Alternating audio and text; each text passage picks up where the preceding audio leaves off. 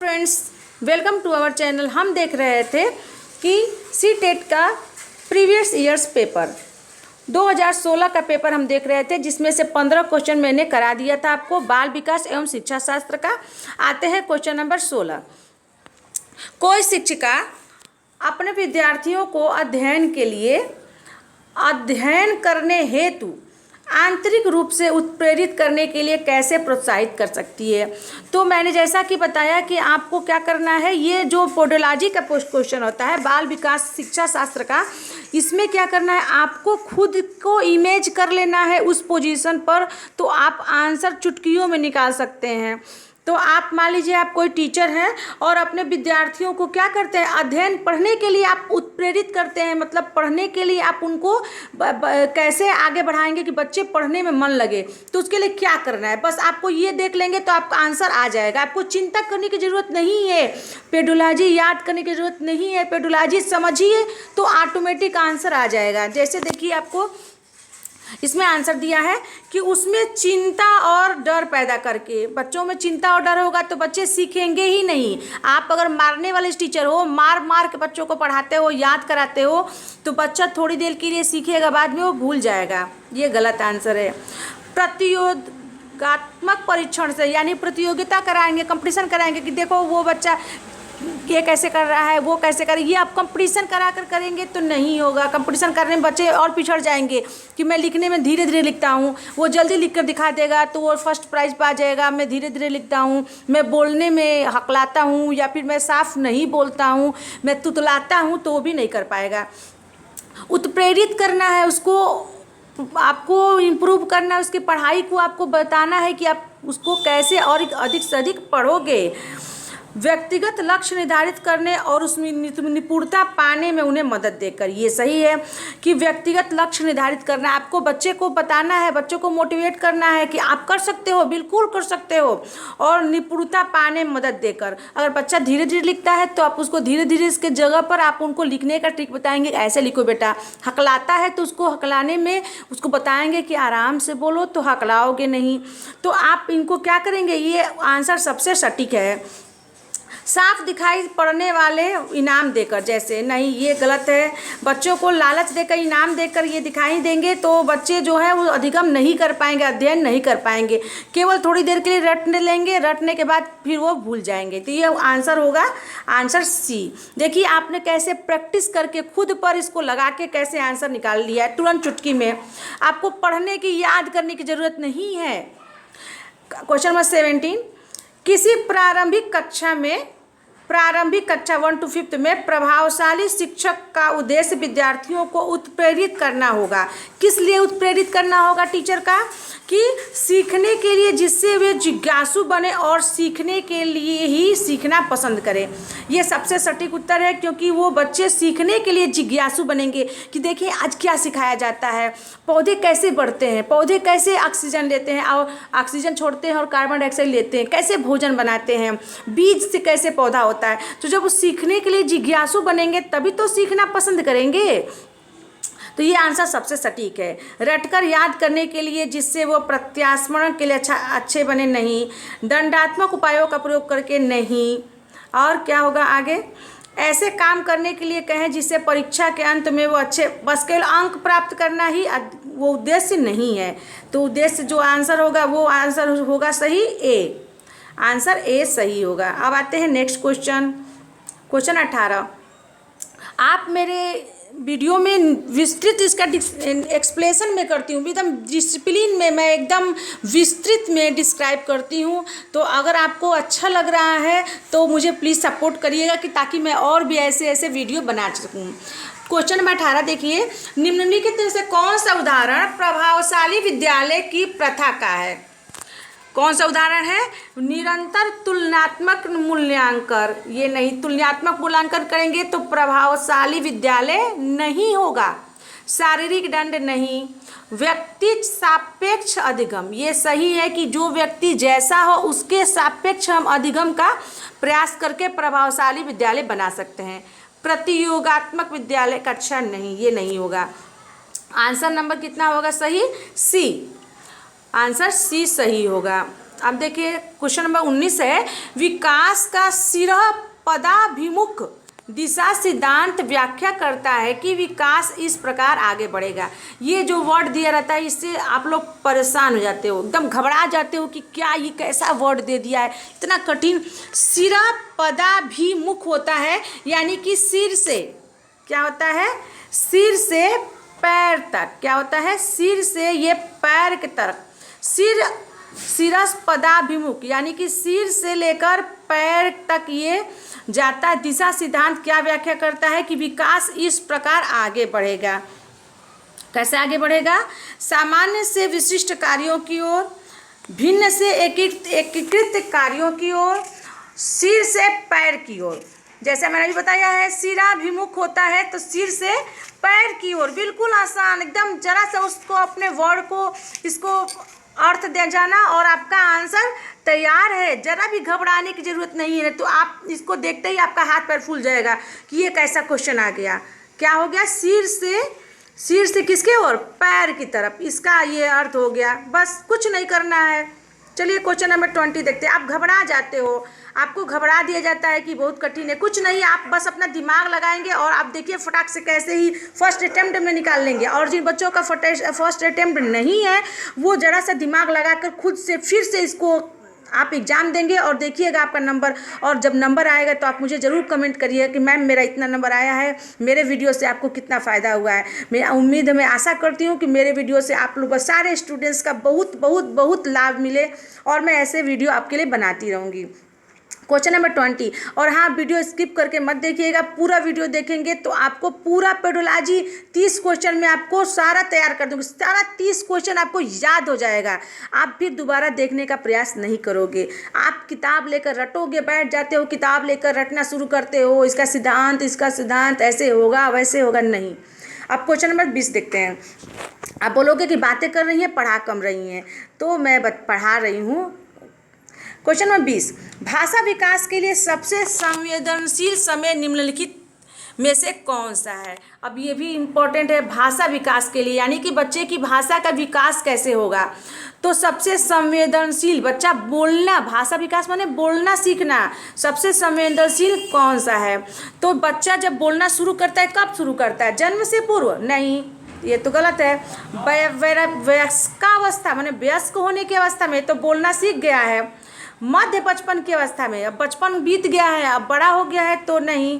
प्रारंभिक बचपन का समय, ये सही है क्वेश्चन नंबर 20, क्योंकि बच्चा जो है अभी भाषा का विकास कर रहा है। अगर किसी के परिवार में केवल गाली गलौज से बातें होती है तो बच्चा गाली गलौज ही देगा, और किसी के परिवार में संस्कारयुक्त बातें होती है तो बच्चा संस्कारी पैदा होगा और उसका भाषा का विकास वैसा ही होगा। तो आंसर नंबर डी कितना आसान है, एकदम चिंता करने की जरूरत ही नहीं है। आते हैं क्वेश्चन नंबर 21। आप देखिए क्या है। एक 6 वर्ष की लड़की खेल कूद में असाधारण योग्यता का प्रदर्शन करती है। उसके माता पिता दोनों खिलाड़ी हैं। उसे नृत्य प्रशिक्षण प्राप्त करने भेजते हैं और सप्ताहांत में उसे प्रशिक्षण देते हैं। बहुत संभव है कि उसकी क्षमताएं निम्नलिखित दोनों के बीच परस्पर प्रतिक्रिया का परिणाम होगी। अब क्या हो गया, उसकी लड़की जो है, इसको सोचना है आपको ज़्यादा दिमाग नहीं लगाना है कि उसके क्या है, लड़की जो है, लड़की के माता पिता दोनों खिलाड़ी हैं। तो यानी कि माँ का जो है गुणसूत्र जो है क्रोमोजोम्स और पिता का क्रोमोजोम्स दोनों लड़की में आया होगा। तो चूंकि दोनों खिलाड़ी हैं तो लड़की में खिलाड़ी का खून तो आ गया ना। जैसे हम लोग देखे हैं दंगल देखे हो आप लोग? दंगल आता है, दोनों बच्चियाँ बबीता और गीता जो होते हैं उनके खून में उनके पिता का खून है, पहलवान का खून है, तो इसका ऑटोमेटिक उसके अंदर उसका अंश चला जाएगा। और क्या है कि और सप्ताहांत में प्रशिक्षण भी देते हैं और साथ में क्या करते हैं, एक तो उनके अंदर वो क्वालिटी है ही पहले से और कोई उसको और निखार रहा है उसको ट्रेनिंग देके। तो क्या होगा ये, एक तो ये किस पर निर्भर करता है, परस्पर परिणाम क्या होगी, आनुवंशिकता और पर्यावरण। ये सबसे सटीक उत्तर होगा, क्योंकि आनुवंशिकता माता पिता के खून से आया है और पर्यावरण मतलब उनको ऐसा इन्वायरमेंट मिल रहा है कि वो क्या कर रहे हैं, खिलाड़ी वाला खेलकूद वाला उसको हमेशा उसको मिल रहा है इन्वायरमेंट कि उसको प्रशिक्षण दिया जा रहा है। तो ये हो गया आनुवंशिकता और पर्यावरण। ये आंसर। वृद्धि और विकास नहीं होगा, स्वास्थ्य प्रशिक्षण नहीं होगा, अनुशासन पौष्टिकता ये नहीं होगा, क्योंकि माता पिता खिलाड़ी है तो अनुशासन पौष्टिकता से क्या मतलब है। माता पिता खिलाड़ी हैं तो स्वास्थ्य और प्रशिक्षण से क्या मतलब है, वृद्धि और विकास से भी नहीं। आंसर होगा आनुवंशिकता और पर्यावरण। आगे देखते हैं क्वेश्चन नंबर 22। निम्नलिखित में से कौन से समाजीकरण के गौण वाहक हो सकते हैं?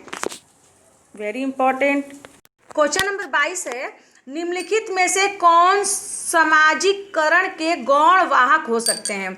गौण मतलब होता है कि एक होता है एकदम इम्पॉर्टेंट और एक दूसरे नंबर पर। तो समाजीकरण करने के लिए कौन से वाहक, मतलब कि किसके द्वारा बच्चा क्या होता है, समाजीकरण सीखता है? परिवार और पास पड़ोस। परिवार तो पहला होता है, गौण नहीं होता है। परिवार से ही बच्चा बहुत ज़्यादा सीखता है, तो ये तो आंसर नहीं होगा। विद्यालय और निकटतम, निकटतम परिवार भी हो गया परिवार में, ये भी नहीं होगा। फिर इसमें परिवार आया है, ये भी नहीं होगा। तो विद्यालय और पास पड़ोस, क्या इसका आंसर होगा कि विद्यालय और पास पड़ोस में वो क्या करता है, समाजीकरण का गौण वाहक हो सकते हैं। ये समाजीकरण कहाँ से सीखता है बच्चा? विद्यालय और पास पड़ोस से ही बच्चा समाजीकरण का सीखता है। आगे आते हैं, लेव क्वेश्चन नंबर 23। लेव वाइसगोस्की के अनुसार संज्ञात्मक विकास का मूल कारण है। अभी इसके पहले पहला क्वेश्चन यही था। लेव वाइसगोस्की के अनुसार क्या था? संतुलन नहीं, मानसिक प्रारूपों, समाज का समायोजन नहीं, उद्दीपन नहीं, सामाजिक अन्योन क्रिया। अभी हम लोग पहला क्वेश्चन पढ़ा था, उसके देखिए सामाजिक क्रिया जो है, सामाजिक संरचना, समाज संरचना सिद्धांत जो है, यही सामाजिक अन्योन क्रिया है। तो इनका देखिए 2 क्वेश्चन तैयार हो गया। एक पहला क्वेश्चन, एक ही से संबंधित 2 क्वेश्चन पूछ दिया गया, सामाजिक अन्योन क्रिया सिद्धांत। अब आते हैं, किसी बच्चे का दिया गया विशिष्ट उत्तर कोलबर्ग के नैतिक तर्क के सोपानों की विषय वस्तु के किस सोपान के अंतर्गत आता है?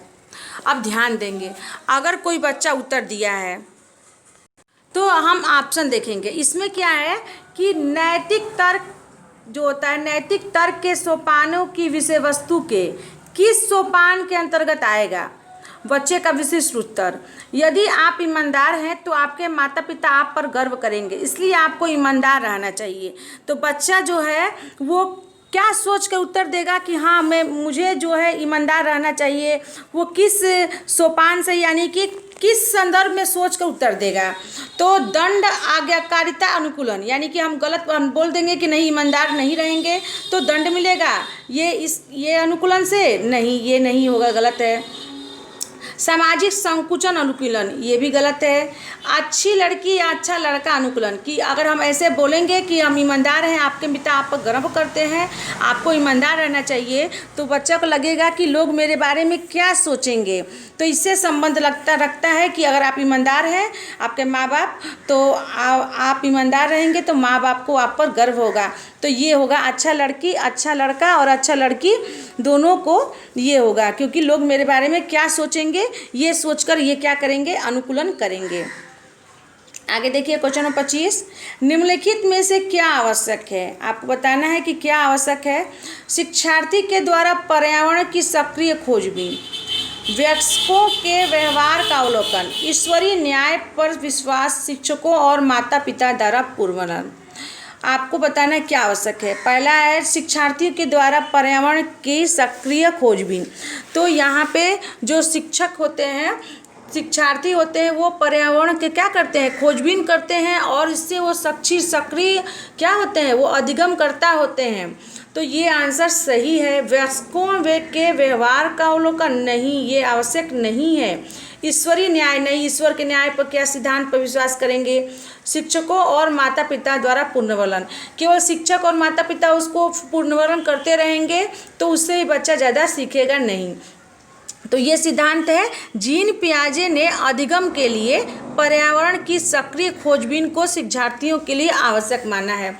ये किसके लिए है? जीन पियाजे ने ये दिया है कि शिक्षार्थी जो होते हैं वो पर्यावरण की खोजबीन अगर करते हैं सक्रिय तो वो आवश्यक होता है, जीन पियाजे। अब आते हैं next question, question number 26। Question number 26 देखिए।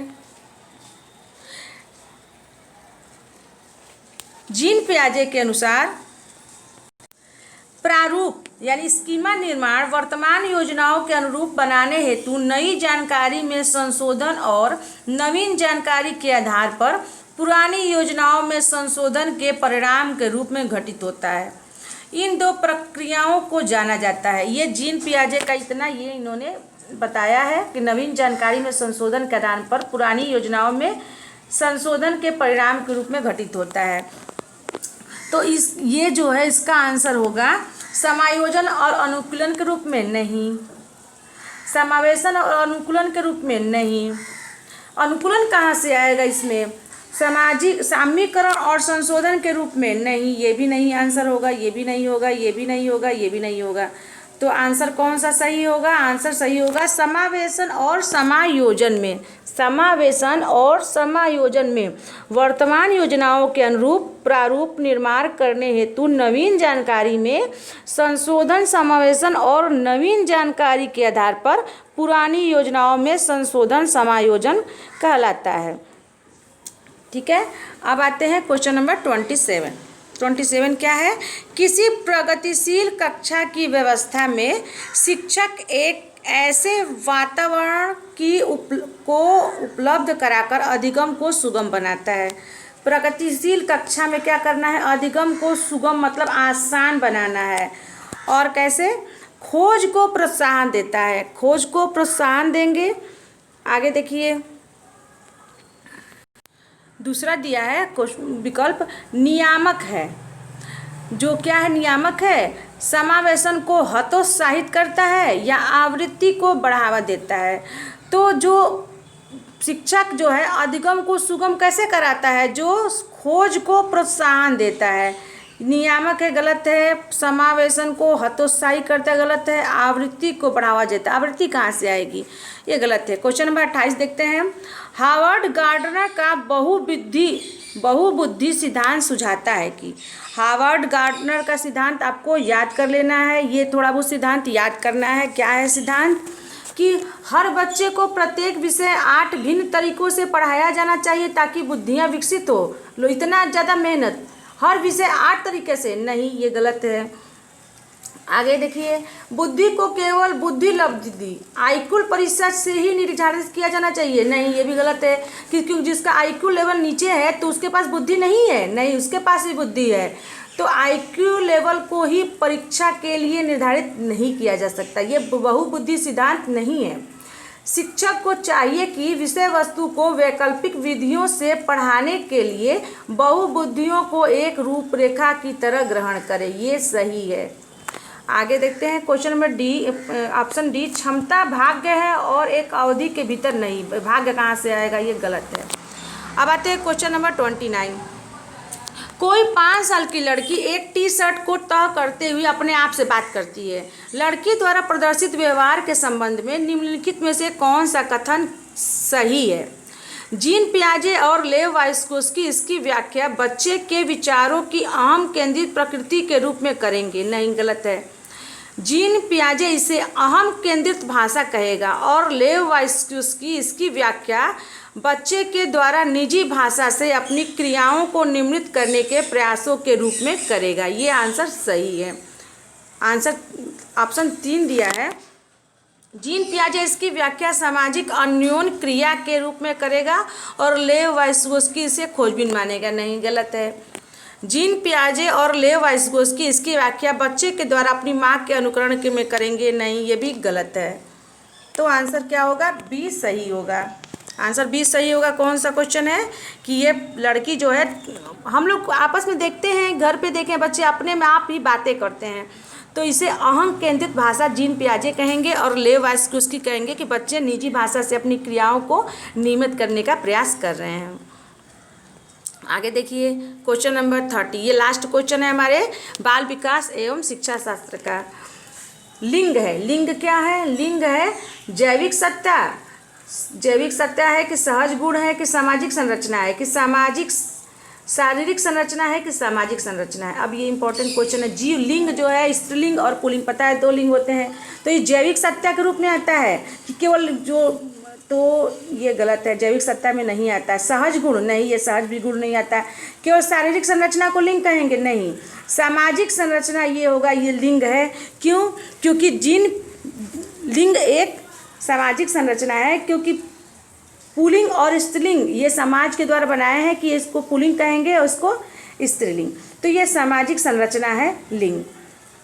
तो चलिए इसी के साथ हमारा ये वीडियो समाप्त होता है, और फिर मैं नेक्स्ट 2016 का नेक्स्ट आपको कराऊंगी। वो जो है हिंदी है, पर्यावरण अध्ययन और हिंदी का मैं जल्दी आपको वीडियो लाऊंगी आपके लिए। तब तक के लिए मेरा वीडियो अभी नया है, अगर कुछ गलतियां होती हैं, कुछ कमियां होती हैं तो मुझे कमेंट करके बताइएगा कि मेरे वीडियो में ये कमी रह गई, या मैंने पढ़ाने में ये कमी आई है, या मैं इस तरह से पढ़ा रही हूँ तो आपको कोई प्रॉब्लम हो रही है, या आप कुछ सजेशन देना चाहते हैं तो मेरे कमेंट में ज़रूर दीजिएगा। तब तक के लिए फिर मिलते हैं नए वीडियो के साथ। तब तक के लिए धन्यवाद।